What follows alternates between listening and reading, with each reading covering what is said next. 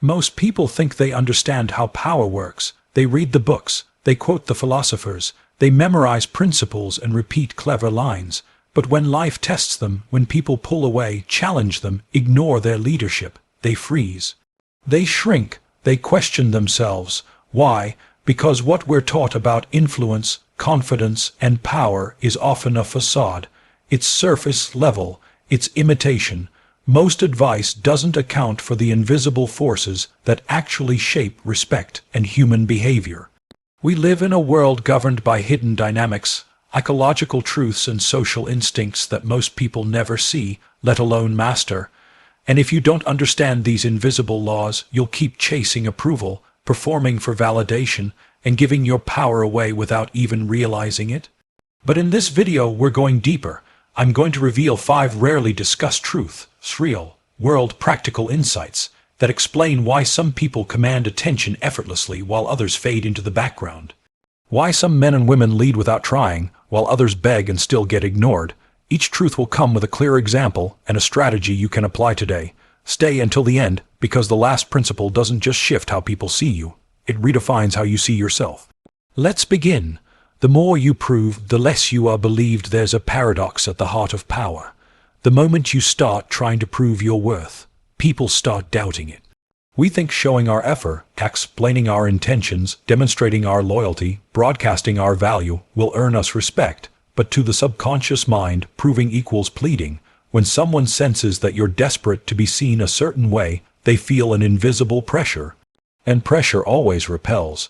True confidence doesn't announce itself. It doesn't need to be loud. In fact, the most respected people say the least, not because they're hiding anything, but because they're grounded in something deeper than the need to explain. Imagine this: you're in a group, everyone's talking, you make a point, but then you immediately qualify it, justify it, soften it. You're trying to be agreeable, considerate, but what do people feel? That you're unsure, that you need them to validate what you're saying. Now picture someone else. They speak once. Their words are deliberate and they don't repeat themselves. They don't look around for approval. They speak like someone who would still believe what they said, even if no one agreed. Who do you listen to? Here's the strategy. Replace persuasion with presence. Stop trying to convince people. Let your behavior speak. When you speak, do it slowly. Be okay with silence. If someone doesn't believe in your vision, don't argue. Just continue living it, because power isn't gained through debate. It's recognized through embodiment. Your energy dictates the room. Before your words do, we've all walked into rooms where we felt small, not because anyone insulted us, but because someone else's presence just dominated the space, not aggressively but naturally. Their body language was certain, their gaze steady, their movements deliberate. This isn't charisma, it's something deeper, energetic gravity. People don't follow the loudest voice, they follow the person whose energy anchors the room. And the source of that energy, clarity. People who are clear within themselves about what they want, what they won't tolerate, what they stand for, don't need to control others. Their mere presence exerts pressure. Imagine someone who doesn't fidget, doesn't rush to fill silence, doesn't change their tone to match others. They remain as they are, regardless of who enters or exits the room. That stillness, especially in a world of noise, is magnetic. Most people are reactors, they mirror energy, but power belongs to initiators, those who bring in energy and never let go of it. Here's your move: become more still in your body, don't rush, don't chase reactions. Speak less, move slower, and let people adjust to you. Your job isn't to impress anyone, it's to hold your frequency so firmly that others start rising to meet it. Respect is earned by boundaries, not niceness. Being kind is not the same as being respected. In fact, excessive niceness, when it's used to avoid conflict, breeds contempt. You can be generous, you can be supportive, but the moment you allow someone to violate your boundaries without consequence, they stop seeing you as strong and start seeing you as soft. This is not about being harsh, it's about being sovereign. Think of the people you admire most. They're not the ones who said yes to everyone, they're the ones who said no when it mattered. Imagine this: someone you're dating cancels plans repeatedly. A colleague interrupts you in every meeting. A friend keeps borrowing money but never repays it. If you keep saying it's okay, they'll keep doing it. But the first time you calmly say, "That doesn't work for me," without emotion, without drama, just a firm, quiet boundary, everything shifts. Respect isn't about domination. It's about demonstrating that your self-worth isn't negotiable. Your strategy, audit your boundaries. Where have you allowed behavior that made you uncomfortable? Don't punish. Don't complain, just change the rules quietly, clearly, and consistently, because when you respect your time, your energy, your word, others are forced to do the same. Power is not static. It must be maintained. Power isn't something you win once and then keep forever. It's fluid, it moves, and the second you stop growing, stop evolving, stop leading, it starts eroding. Attraction, influence, leadership, they all function like gravity, and gravity weakens when the mass behind it shrinks. A common mistake people make in relationships, in business, in life, is thinking that what earned them influence will keep it, that the charm, the looks, the ideas they once had are enough. But power respects momentum. People will reevaluate you based on how you show up today, not yesterday. Let's say you built your confidence through fitness, mission, purpose. You met someone who admired your discipline, your focus. But over time, you got comfortable. You stopped pursuing new goals. You got static. What happens? They don't even know why, but they feel something's off. The magnetism fades, not because you changed your words, but because you stopped evolving your presence. Your strategy? Stay in movement, not chaotic movement. Intentional evolution. Set new standards. Take on new challenges. Let people see your trajectory, because people don't admire what you were. They admire where you're going. The world responds to how you see yourself. Everything we've talked about, boundaries, energy, presence, power, it all comes back to one thing: yourself, concept. People treat you based on how you treat yourself. Not what you say, but what you embody. You could walk into a room dressed like royalty, but if your posture says doubt, if your tone seeks approval, people will feel it. Likewise, you could walk in with nothing fancy, no words, no signals, but if your self-respect radiates from within, people feel that too. We live in a mirror world. People reflect back to you what you broadcast internally. If you feel like a burden, you'll be treated like one. If you feel like a gift, the world starts to open up. But here's the challenge: you can't fake self-worth. You have to build it, and that means honoring your word, holding your standards, living in alignment, choosing solitude over weak company, doing the hard things when no one's watching. Because in the end, the most magnetic people are not loud, they are clear. Clear about who they are, what they want, and what they refuse to tolerate. That clarity, that's your foundation. That's the force people can't look away from. Most people fear being alone, not because solitude is painful, but because silence reveals the truth. When there's no one left to impress, no one watching, no distractions, you're faced with yourself, your patterns, your fears, your desires, your regrets, and that's why so many run to noise. They fear who they become in the quiet.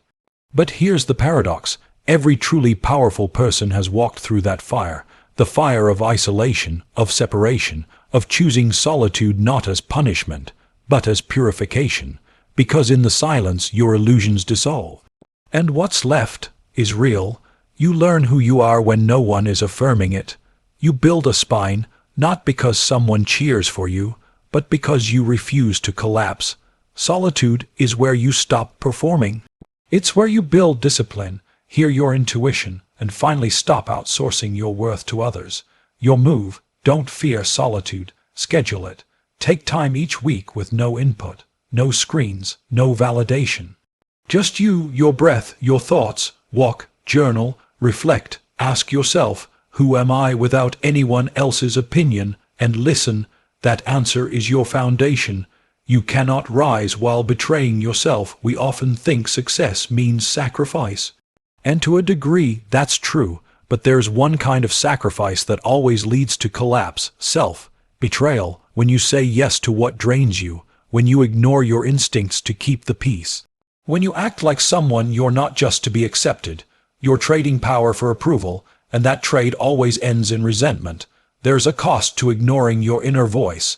It shows up in anxiety, in fatigue, in disconnection. It shows up in the mirror when your eyes don't shine like they used to. No external win can make up for an internal loss, because self-respect isn't built on achievements. It's built on alignment. Alignment means your actions match your values. Your words match your heart. Your yes means yes. Your no means no. You might lose people, but you'll gain something priceless: peace, clarity, integrity, and from there, all real influence grows. Remember this: the world will offer you 1,000 chances to abandon yourself. But your power is measured by how often you choose not to. You are always teaching people how to treat you every day. With every interaction, you're sending a message, even if you say nothing. When you let someone talk over you, you're teaching them it's okay. When you accept last-minute cancellations, you're teaching them your time isn't valuable. When you tolerate subtle disrespect, you're teaching them that silence is permission. People don't just observe you. They learn from you, and what they learn isn't from what you claim, it's from what you allow. Powerful people don't need to lecture. Their life is the lesson. So ask yourself, what am I currently teaching people about me? If the answer disappoints you, don't panic. Just adjust, quietly, firmly, without explanation. Because the moment you raise your standard and maintain it, the world reshapes around you. Not every connection deserves continuation. We live in a world obsessed with loyalty. We're told to never give up on people, to stay in touch, to forgive endlessly. But here's the truth: not every chapter is meant to be extended. Some people entered your life to show you a lesson, not to stay in your life forever. You don't owe access to those who drain you. You don't need to keep explaining yourself to people who never listen, and you don't need to shrink to remain digestible. Some doors must close for you to open your life to the right ones. This doesn't mean you hate anyone. It means you respect yourself enough to prioritize alignment over obligation. Audit your circle: who energizes you, who exhausts you, who makes you question your worth. Your tribe determines your trajectory, and choosing wisely isn't selfish, it's sacred. You cannot be fully alive while hiding. Everyone wears masks. We all shift a little. It's part of social life. But too many people get stuck there, in the performance. They laugh at jokes they don't find funny. They hide their ideas to avoid conflict. They live watered-down versions of their truth just to fit in. But you cannot feel truly alive while hiding. You cannot feel truly loved if no one knows the real you. And the worst part, most people won't even notice the cost until decades pass, until they look back and realize they never actually lived, just existed in someone else's mold. You want power? Show yourself, speak with truth, say what you mean, let your energy polarize. Yes, you will repel some, but the ones who remain, they'll be your people, and you'll breathe differently around them. Fully, freely, because nothing is more magnetic than someone who doesn't need to be liked, but dares to be seen. From concept to character, these truths mean nothing if they remain theory. Philosophy must become identity. It's easy to agree with powerful ideas. It's hard to live them when life presses you. When people test your boundaries, will you hold them? When silence is uncomfortable, will you sit in it? When everyone's going left, will you still go right? You don't need to get it perfect, but you do need to get it real. Choose one truth from today, just one, and live it for a week. Watch what happens. Watch how people respond differently, how your energy shifts, how your mind gets quieter, how your vision gets sharper. You'll start to see that power isn't found, it's remembered, because deep down, beneath all the noise and programming, you already are what you seek to become. Your job isn't to become someone else, it's to return to who you were before the world told you to shrink, and once you return, you never forget again. The quiet revolution. Most revolutions are loud, dramatic, explosive, but the most important revolution, it's silent. It happens inside. It's the moment you decide, I will no longer perform to be chosen. I will live as if I already am. That shift doesn't require applause. It doesn't need a crowd, but the effects, they echo in your relationships, your presence, your future. So wherever you are in life, whatever chapter, whatever struggle, remember this: your power has never left you. It's just been buried beneath noise, beneath habits, beneath fear. Dig it up, dust it off, walk with it. Let the world feel your return, and never look back.